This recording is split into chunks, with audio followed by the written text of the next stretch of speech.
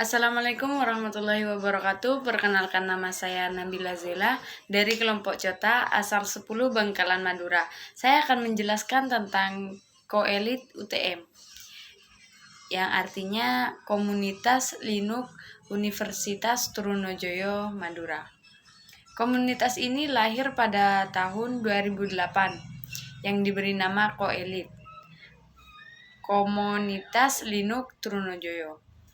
Komunitas ini sempat mengalami pasang surut di setiap tahunnya dan bangkit kembali di pertengahan tahun 2021 yang bertujuan memecahkan setiap problem yang ada di operating system Linux untuk semua pengguna Linux di UTM. Di sini ada juga pesantren Linux. Pesantren Linux ini diisi dengan pengenalan dan pelatihan Linux kepada mahasiswa Fakultas Teknik Universitas Trunojoyo Madura.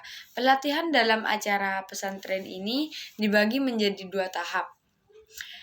Tahap pertama, pada minggu pertama peserta ditunjukkan bagaimana mudahnya melakukan sistem operasi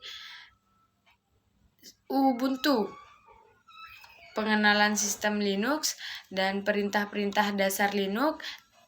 Nah, tahap kedua pada minggu kedua diisi dengan pengenalan dasar jaringan dan implementasinya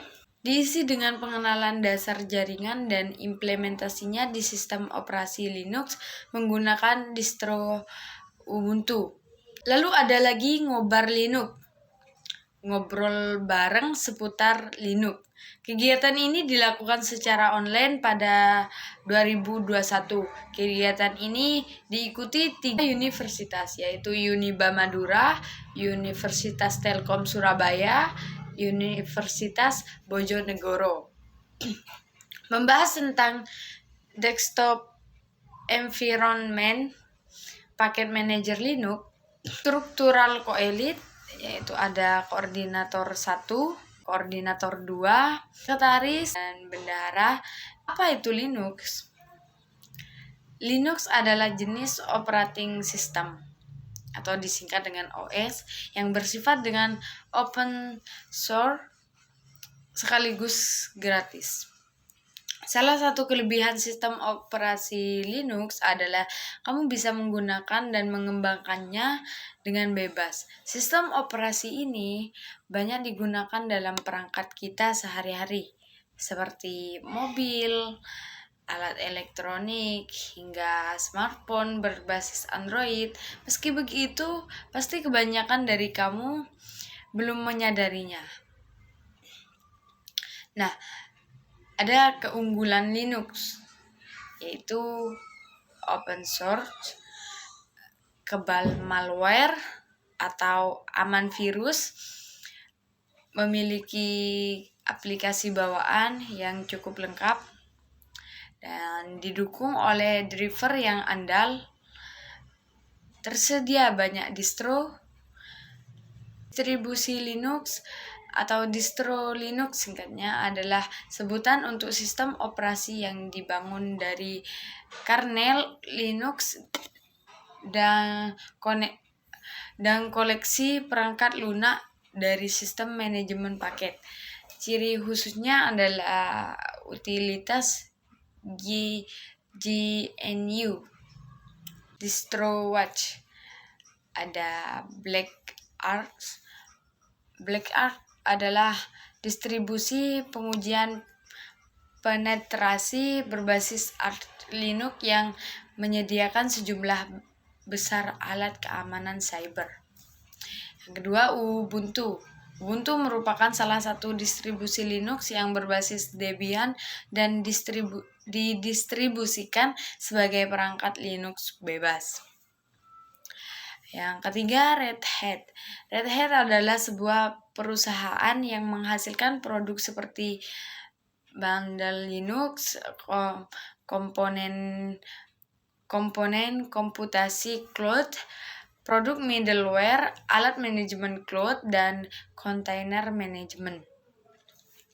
Kali Linux adalah distribusi Linux open source berbasis Debian yang ditujukan untuk berbagi tugas keamanan informasi, pengujian penetrasi, riset keamanan, forensik komputer, dan rekayasa terbaik.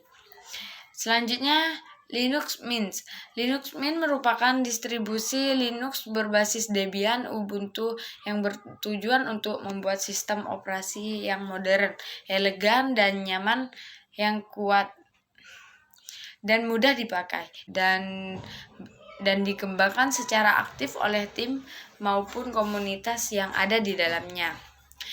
CentOS. CentOS adalah sebuah distribusi Linux sebagai bentuk dari usaha untuk menyediakan platform komputasi berkelas enterprise yang memiliki kompatibilitas kode biner sepenuhnya dengan kode sumber yang memiliki induknya, Red Hat Enterprise Linux. Desktop Environment. Desktop environment adalah sebuah grafis tatap muka (GUI) Graphical User Interface pada sistem operasi Linux yang menyajikan sekumpulan ikon, toolbar, wallpaper, dan shortcut yang memungkinkan user yang memakai Linux dengan mouse dan keyboard seperti pada sistem operasi Windows.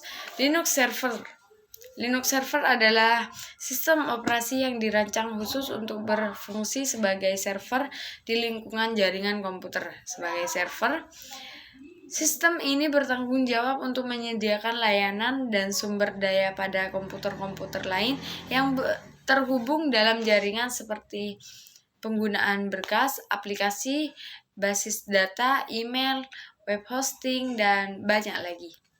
Mungkin itu saja dari saya. Kurang lebihnya mohon maaf.